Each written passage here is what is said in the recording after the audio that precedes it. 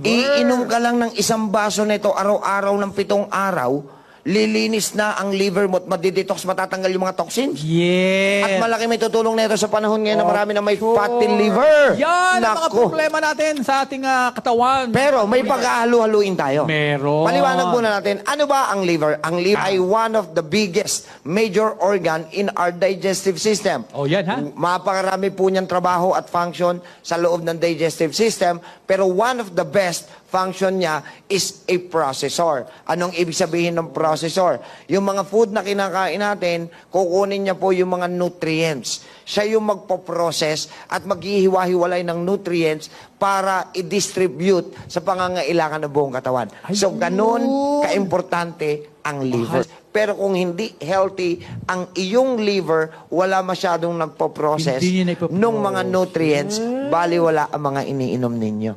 Ano itong